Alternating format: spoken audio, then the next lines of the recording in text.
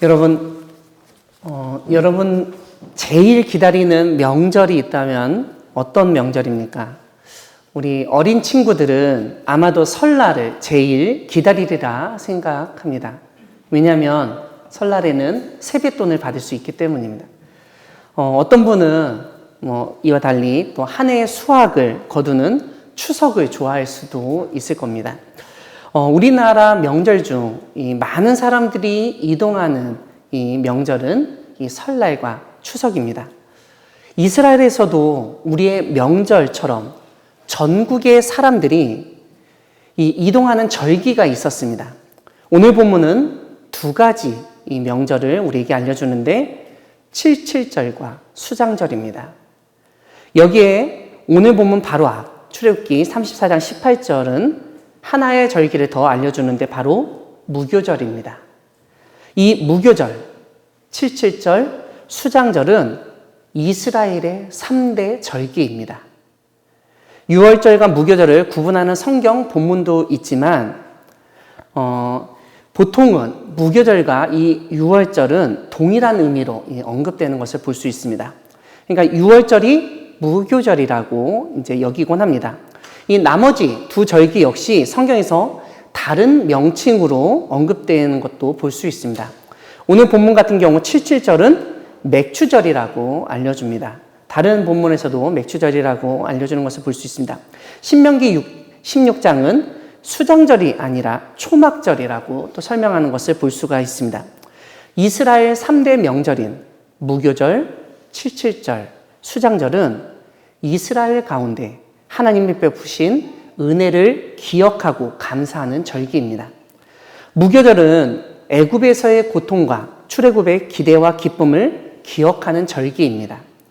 이 절기 때 사람들은 효모, 그러니까 누룩 넣지 않은 빵을 먹어야 했습니다. 앞에서 말씀드린 것처럼 무교절은 유월절과 동일했기 때문에 이스라엘을 구원하신 하나님을 기억하고 기리는 데 있어서 무척이나 중요했던 절기입니다.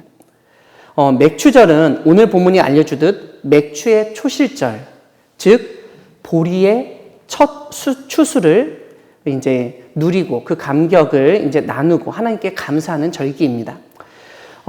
하지만 히브리어 성경에서 이제 사용되는 단어는 이 보리가 아니라 밀을 의미합니다. 밀을 우리 한글 성경에서는 보리라고 번역한 이유는 우리나라에서는 밀보다는 보리 농사가 흔했고 이 봄철에 이 보리를 추수했기 때문이라고 봅니다. 이런 점에서 맥추절은 한 해에 처음으로 추수한 것을 기뻐하며 감사한다는 의미가 큽니다.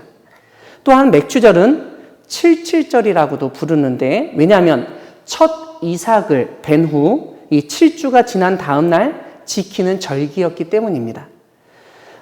보통 무교절 이후 7주로 이제 계산해서 이 절기를 지켰다고 알려져 있습니다. 수장절을 이제 초막절이라고 부르기 때문에 이제 보통 이제 사람들이 풀과 나무로 만든 집에서 생활하는 그 정도 절기로 이제 생각하기 쉽습니다.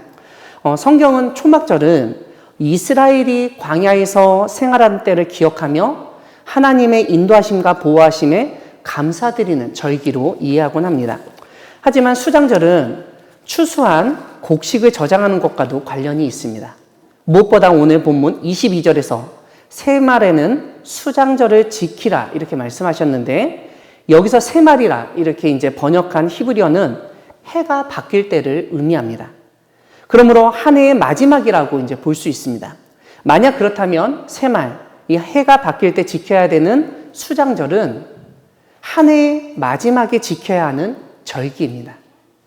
보통 수장절은 곡식보다는 올리브, 이 중동에서 많이 나는 올리브와 포도를 수확하는 추수절이라고 볼 수 있습니다.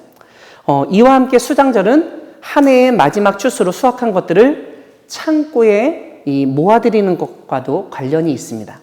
그의 추수한 것으로 다음 추수할 때까지 살아야 했기 때문에 이 창고에 이렇게 저장한다는 건 무척이나 중요했고 또 중요한 정일기라고 볼 수가 있습니다. 오늘 본문 34장 23절은 이런 가운데 우리에게 놀라운 명령을 선포합니다. 우리 오늘 본문 출애굽기 34장 23절 말씀 우리 함께 큰 소리로 읽겠습니다. 너희의 모든 남자는 매년 3번씩 주 여호와 이스라엘의 하나님 앞에 보일지라. 아멘. 이 말씀을 잘 이해하기 위해서 3가지를 살펴보려 합니다. 하나는 모든 남자라는 단어이고, 다른 하나는 하나님께 보일지라라는 명령이고, 마지막은 매년 3번이라는 말입니다. 이 3가지를 살펴본 후 오늘 본문이 오늘 우리에게 어떤 의미를 가지고 있는지 나누겠습니다. 먼저 성경에서 모든 남자라고 했으니 모든 여자는 제외됐다고 생각할 수 있습니다. 그렇기 때문에 오늘 말씀에서 지키라고 한 이 명령은 여성과는 상관이 없고 여성은 지킬 필요도 없다, 이렇게 생각하기 쉽습니다. 하지만 이거는 여러분, 이런 생각은 오해입니다. 가부장 사회에서는 여러분, 남자는 그 가정의 모든 사람을 대표합니다. 그러니까 남자가 가는 곳에는 여자와 아이도 가는 것이 당연했던 사회라는 걸 우리가 생각해야 됩니다. 그렇기 때문에 모든 남자라고 이렇게 했지만은 우리는 모든 사람이라고 이해해야 됩니다. 이러한 이해가 가능한 이유는 여러분, 누가복음 3장 이야기를 생각해 보면 쉽게 받아들일 수 있습니다.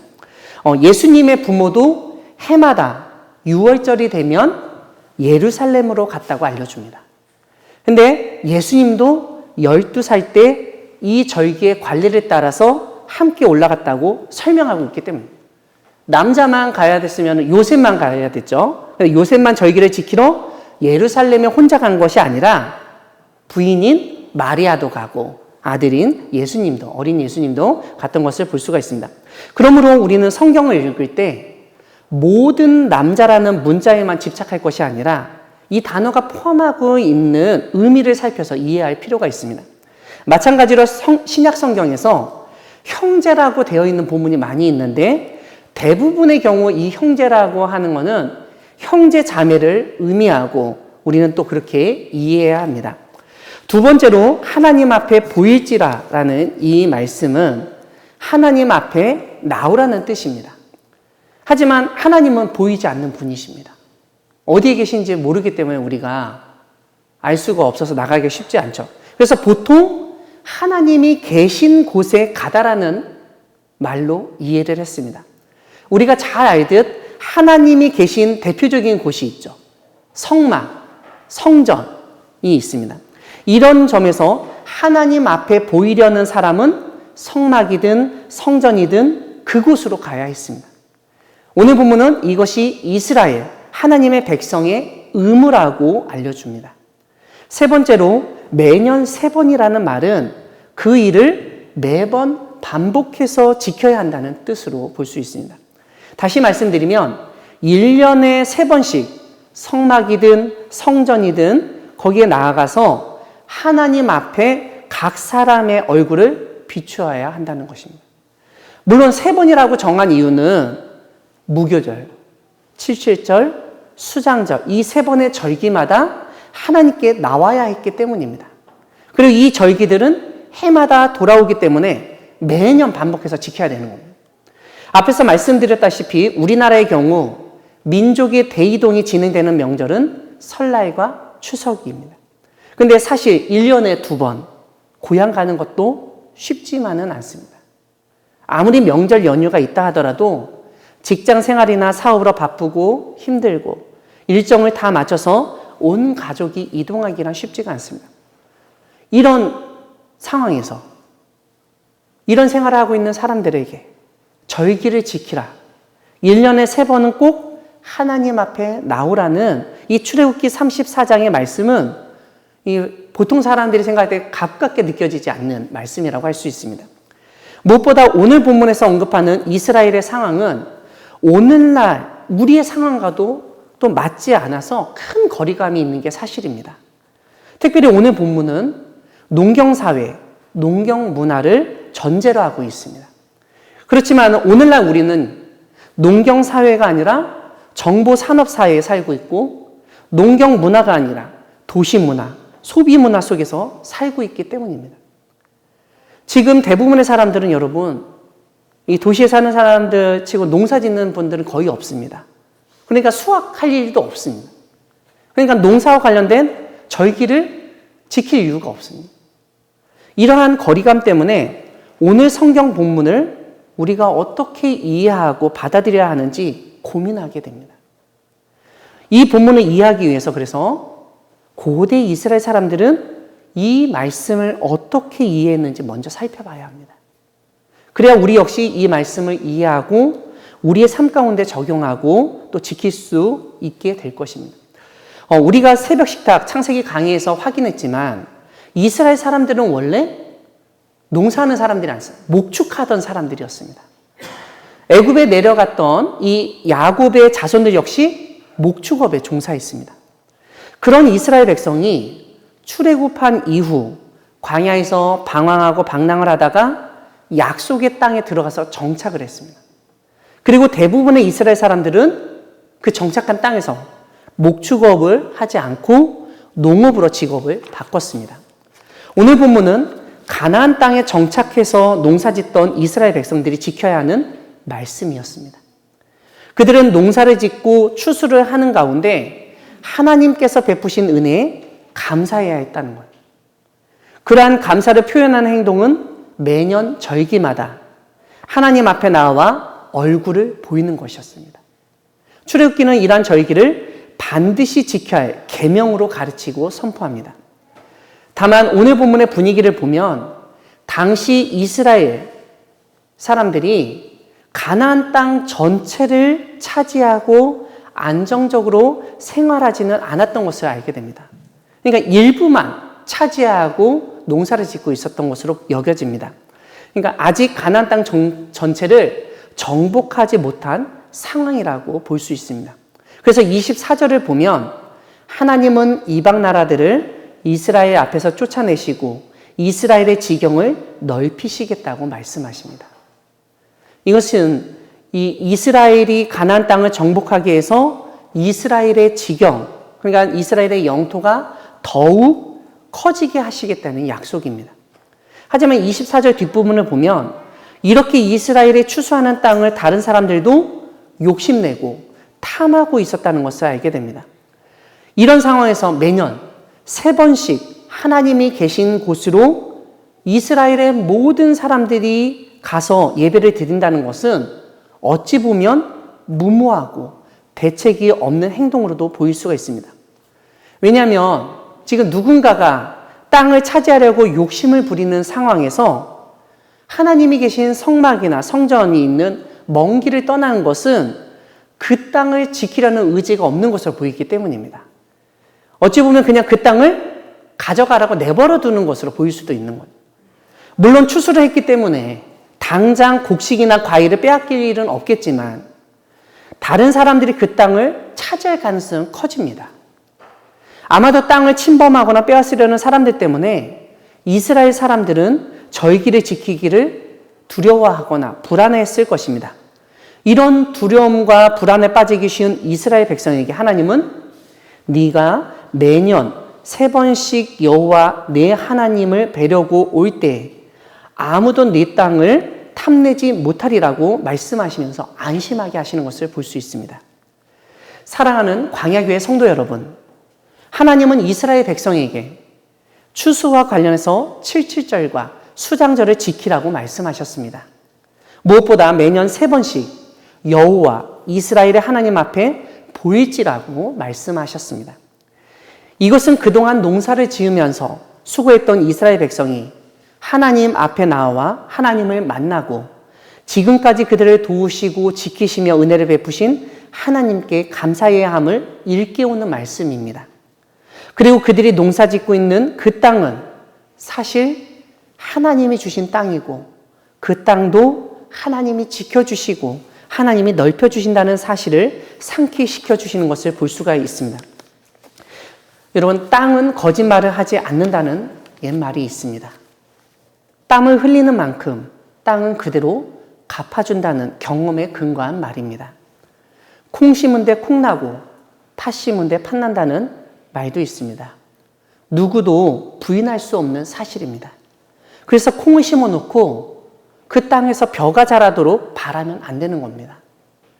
이전에 농사를 하시던 분들은 정말 정직하게 성실하게 일을 해서 땅에서 먹을 것을 얻었습니다. 그런데 농경 문화에서 정보 산업 문화로 바뀌면서 사회 분위기가 많이 달라졌습니다. 일확천금을 꿈꾸는 사람들이 많아진 것입니다. 그러다 보니 농사 짓지 않는 대부분의 도시 사람들, 현대인들에게 오늘 본문처럼 농사와 관련된 말씀은 관심을 끌지 못하곤 합니다. 고대 이스라엘 사람들이 농사를 짓고 추수하는 가운데 하나님의 은혜에 감사했던 그 절기가 현대 사회에서 살고 있는 오늘 우리에게 어떤 의미를 가지고 있을까요? 큰 틀에서 보면 고대 이스라엘에게 절기를 지키라고 명령하신 하나님의 뜻은 결코 달라지지 않았다는 점을 우리가 생각해야 합니다. 농사가 됐든 다른 일이 됐든 우리가 하는 모든 일은 사실 우리가 먹고 살기 위해서 반드시 해야 하는 일입니다. 다만 하나님의 은혜가 없으면 우리는 그 일을 할 수도 없고 그로 인해서 결실을 맺고 결과물을 얻을 수도 없다는 점을 인정해야 합니다. 이번에 폭우가 쏟아질 때 경험하셨겠지만 인간의 힘으로 여러분 막을 수 없는 일들이 있습니다. 아무리 땅을 잘 고르고 모종을 잘 심었다 하더라도 폭우가 내려서 쓸어가 버리면 아무 소용이 없는 겁니다. 잘 키워놨어도 비가 한동안 안 와서 농작물이 타들어가는 것을 우리는 어떻게 할 수가 없습니다. 농사만이 아니라 우리가 하는 모든 일이 마찬가지입니다. 우리가 하는 일에 하나님이 은혜를 베풀어 주지 않으시면 일이 진척되지 않고 오히려 꼬이거나 중단될 수도 있고 심지어 실패하고 망할 수도 있습니다. 이런 점에서 우리가 하는 일에서 어떤 진전이 있거나 결실을 맺었다면 그것은 1차적으로 하나님의 은혜임을 인정하고 하나님께 감사하는 것이 필요합니다. 오늘 성경 말씀은 바로 그 사실을 우리에게 알려줍니다. 77절, 맥추절, 이 같은 절기는 한 해의 첫 추수의 감격을 하나님께 아뢰며 감사하는 절기였습니다. 수장절은 한 해의 마지막 추수의 기쁨을 나누며 하나님께 감사하는 절기입니다. 이제 7월이 되었습니다. 올해 2022년 중반에 넘긴 이때 우리에게 맡겨주신 일, 우리가 하는 사업 가운데 하나님이 베푸신 은혜에 먼저 감사하며 나아가길 소망합니다. 하나님이 우리로 하여금 결실하고 추수하게 하심을 믿으며 지금 하고 있는 그 일에 더욱 최선을 다해 나아가시기 바랍니다. 그럴 때 올 연말에 더욱 큰 수확을 얻도록 도와주실 것입니다. 마지막으로 우리가 놓쳐서는 안 되는 점 한 가지만 언급하고 마치겠습니다. 오늘 본문에서 알려주는 절기는 하나님의 백성이 하나님께만 나아가고 감사하는 것만 강조하는 것이 아닙니다. 70절, 수장절이라고 분명하게 언급하고 있듯 이것은 하나의 절기입니다. 또한 모든 남자, 그러니까 모든 남자와 여자 아이들까지 지켜야 하는 절기라는 점에서 이것은 잔치이기도 합니다. 이 점을 놓쳐서는 안 되겠습니다. 제가 어릴 때 저는 명절을 정말 좋아하고 기다렸습니다. 왜냐하면 명절에 친척들이 모이면은 평소 못 먹던 맛있는 음식을 먹을 수 있었기 때문입니다. 이 절기는 사람들이 모이고 음식을 나누고 기뻐하는 잔치입니다. 이런 점에 주목한다면 오늘 본문의 절기를 지키라는 하나님의 명령은 우리가 얻은 소득을 이웃과 나누라는 뜻도 있음을 깨닫게 됩니다. 다시 말씀드리면 절기를 지키라는 말씀은 단순히 하나님께 감사하는 예배 행위만이 아니라 나와 함께 일하고 내 주변에 있는 이웃과 기쁨과 감격 그리고 소득을 함께 나누는 잔치가 되게 하라는 명령입니다. 우리에게 은혜를 베푸시는 하나님께 감사드리고 영광을 돌려드리며 또한 우리가 가진 것으로 기쁨의 삶, 나눔의 삶을 살아가는 광야교회 성도가 되기를 주님의 이름으로 축원합니다. 아멘.